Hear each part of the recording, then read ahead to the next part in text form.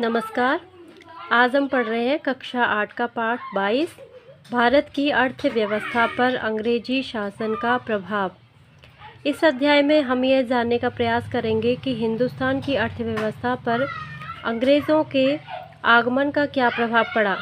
अपना देश जब अंग्रेज़ों का उपनिवेश बन गया तो सारे देश की आर्थिक हालात काफ़ी ख़राब हो गई थी। पूर्व में हमारे व्यापारिक संबंध दुनिया के कई देशों के साथ थे, किंतु अंग्रेज़ों का उपनिवेश बनने के बाद देश की आर्थिक हालात खराब होने लगे। भारत का बाहरी दुनिया के साथ व्यापारिक संबंध। कक्षा 6 में हमने पढ़ा था कि हमारे व्यापारिक संबंध दक्षिणी, पश्चिमी व पूर्वी एशिया तथा रोम के साथ थे। हिंदुस्तान से कपड़ा, अनाज, धातु का सामान आदि दुनिया को भेजा जाता था। बदले में बाहर से सोना चांदी हिंदुस्तान में आता था। ऐसा प्रतीत होता है कि विदेशों में बने हुए किसी भी सामान के लिए भारत में मांग नहीं थी। यदि ऐसा होता तो वहाँ बनी चीज़ों का भारत आयात भी करता।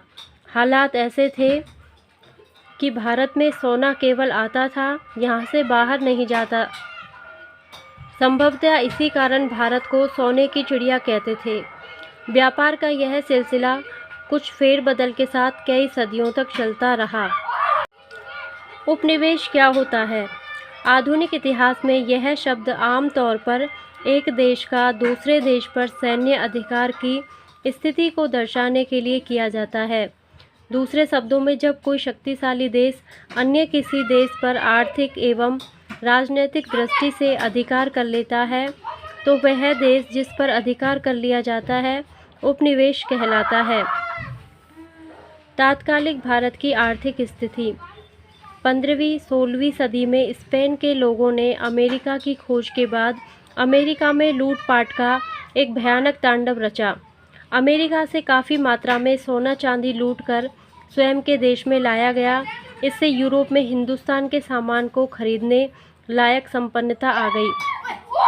15वीं सदी के मध्य तक आते आते पुर्तगाल के एक नाविक ने, जिसका नाम वास्को डी गामा था, समुद्री रास्ते से भारत आने का मार्ग ढूंढ निकाला। फिर तो यूरोप के व्यापारी ज़्यादा से ज़्यादा तादाद में हिंदुस्तान आने लगे।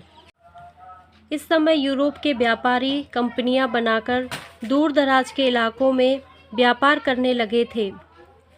पुर्तगालियों ने अरब सागर के समुद्री रास्ते पर नाके स्थापित कर रखे थे। वहां से आने जाने वाले प्रत्येक जहाज़ से वे चुंगी वसूल करते थे। जो चुंगी न देता उस पर हमला किया जाता। यह तब तक चलता रहा जब तक अंग्रेज़ कंपनी के जहाज़ों ने तोपों के दम पर समुद्र पर अपना सामरिक वर्चस्व कायम नहीं कर लिया।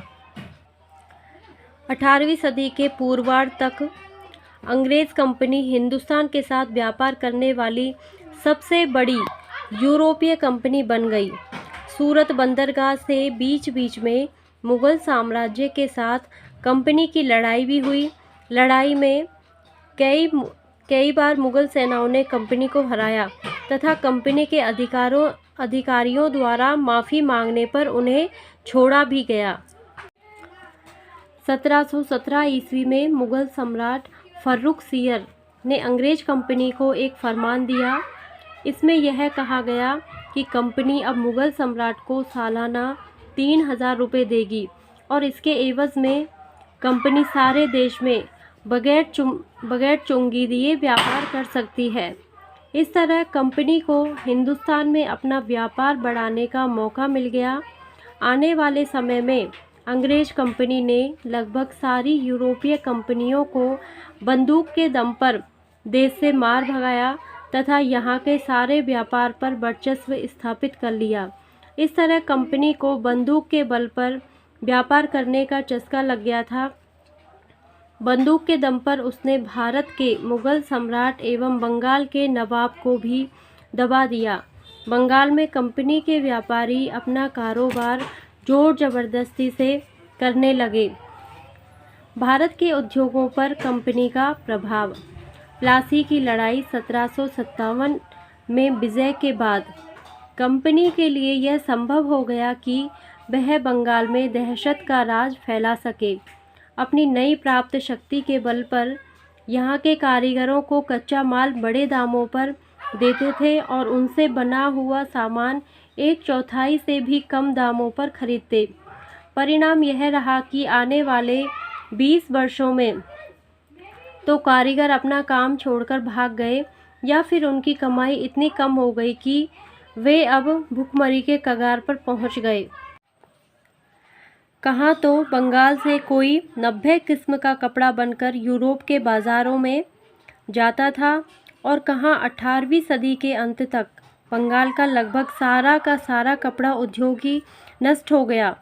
लोग यहाँ तक मानने लगे थे कि अंग्रेज़ कंपनी ने ढाका में मलमल की साड़ी बनाने वाले कारीगरों के अंगूठे काट डाले।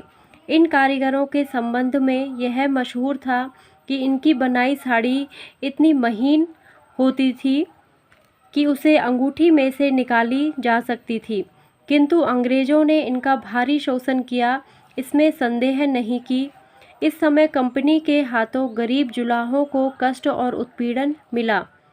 अंग्रेज़ों द्वारा भारतीय अर्थव्यवस्था का शोषण। भारत में अंग्रेज़ों के आने से पहले यह देश उस समय के यूरोप की तुलना में उन्नत और समृद्ध था, लेकिन अंग्रेज़ों के शासन के काल में अंग्रेज़ों ने इस देश को जिस तरह शोषण किया गया, उससे यहाँ की समृद्ध अर्थव्यवस्था टूट गई और देश आर्थिक दृष्टि से पिछड़ गया। शोषण के लिए अंग्रेज़ों द्वारा भिन्न भिन्न तरीके अपनाए गए। उनमें से कुछ तरीकों का उल्लेख यहाँ किया जा रहा है। प्रत्यक्ष लूट मार। व्यापार के नाम पर अंग्रेज प्रत्यक्ष रूप से लूटमार करते थे। कंपनी के एजेंट किसानों, व्यापारियों आदि को ज़बरदस्ती 1/4 कीमत देकर उनके माल और उत्पादन को हड़प लेते थे तथा किसानों आदि के साथ मारपीट कर वे अपनी 1 रुपये की चीज़ को 5 रुपये में बेचते थे। जो कंपनी की अनुचित मांगों को नामंजूर करते उन्हें कोड़ा मारा जाता अथवा कैद में रखा जाता। मीर कासिम ने कंपनी गवर्नर को 1762 ईस्वी में इस आशय का पत्र लिखकर विरोध भी किया था। मालगुजारी। शोषण का दूसरा स्वरूप मालगुजारी था। कंपनी द्वारा वसूल की जाने वाली मालगुजारी किसानों को लूटने का सीधा तरीका था। इसमें कंपनी के अधिकारी मनमाने ढंग से किसानों से मालगुजारी वसूल करते थे। इसका परिणाम यह हुआ कि किसानों ने खेती करनी बंद कर दी। इससे किसानों के खेत उजड़ गए। एक अंग्रेज अधिकारी ने कहा था, बीते दिनों में बंगाल के गांव विभिन्न जातियों के लोगों से भरे पड़े थे और पूर्व में वाणिज्य, धन संपदा व उद्योग के भंडार थे, लेकिन हमारे कुशासन ने 20 वर्षों में ही इन गांवों के बहुत सारे हिस्सों को बंजर बना दिया है। खेतों में अब खेती नहीं की जाती, किसान लुट चुके हैं, औद्योगिक निर्माताओं का दमन किया जा चुका है। एक तरफा मुक्त व्यापार नीति।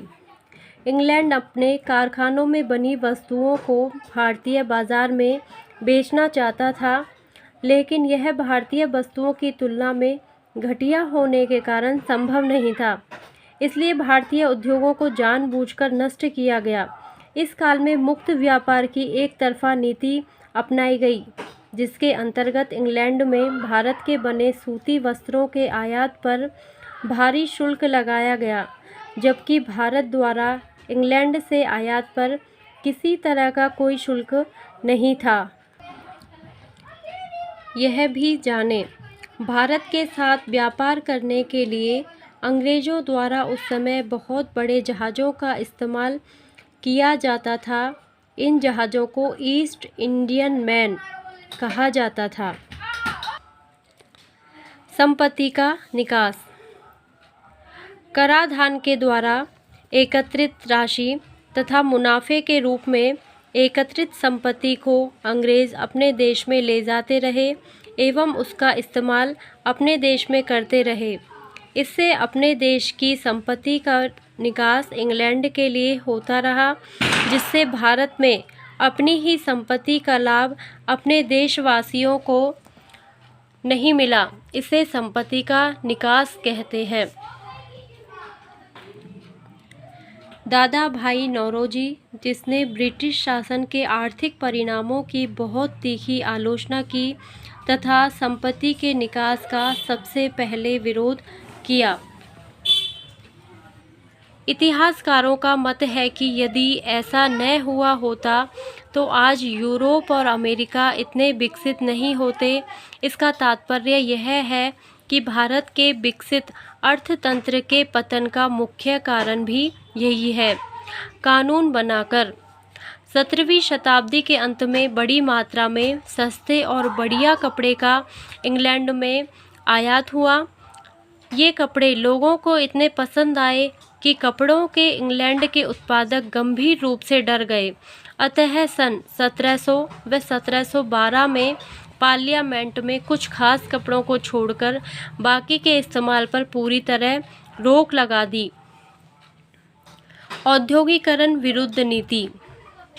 अंग्रेज पूंजीपति भारत में औद्योगिकरण के विरोधी थे, इसलिए उन्होंने वहाँ केवल वही उद्योग स्थापित किए जिसकी स्थापना करना वहाँ पर भौगोलिक रूप से मजबूरी थी, यथा जूट उद्योग।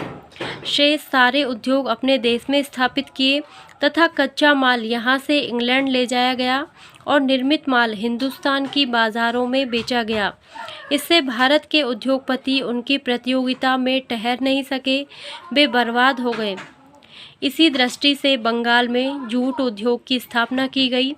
बागान उद्योगों में चाय, कहवा व नील उद्योगों का विकास किया। जिन क्षेत्रों में खनिज संपत्ति बड़ी मात्रा में थी, वहाँ पर भी उद्योगों की स्थापना नहीं की गई, बल्कि वहाँ से खनिज वस्तुओं को स्वदेश ले जाया गया। यह कार्य सुविधा से हो, इसलिए देश के भीतरी हिस्सों एवं बंदरगाहों को सड़क और रेलों द्वारा जोड़ा गया। यूरोप की औद्योगिक क्रांति का भारत की अर्थव्यवस्था पर प्रभाव। 18वीं सदी में यूरोप में, विशेषकर इंग्लैंड में औद्योगिक क्रांति का सूत्रपात हुआ। अब वहाँ मशीनों से सामान बनाया जाने लगा। मशीनी सामान की गुणवत्ता हाथ से बनी वस्तु से श्रेष्ठ होती थी, साथ ही उसके दाम भी कम होते थे।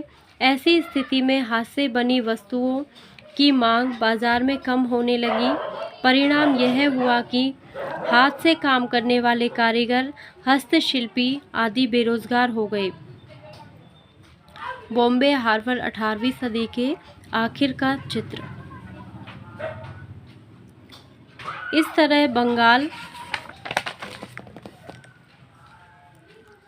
एवं भारत के अन्य क्षेत्रों के अनेक हस्तशिल्प भी खत्म हो गए। इस प्रक्रिया को इतिहासकारों ने औद्योगिकरण कहा, अर्थात भारतीय परंपरागत उद्योगों के नष्ट होने की प्रक्रिया प्रारंभ हो गई। बम्बई और कलकत्ता 1780 के दशक से व्यापारिक बंदरगाहों के रूप में विकसित होने लगे थे। यह पुरानी व्यापारिक व्यवस्था के पतन और औपनिवेशिक अर्थव्यवस्था के विकास का समय था। मछलीपट्टनम का एक दृश्य 1672।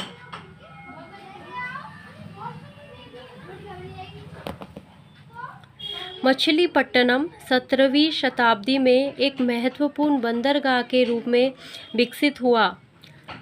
18वीं सदी के आखिर में जब व्यापार बम्बई, मद्रास और कलकत्ता के नए ब्रिटिश बंदरगाहों पर केंद्रित होने लगा तो उसका महत्व घटता गया।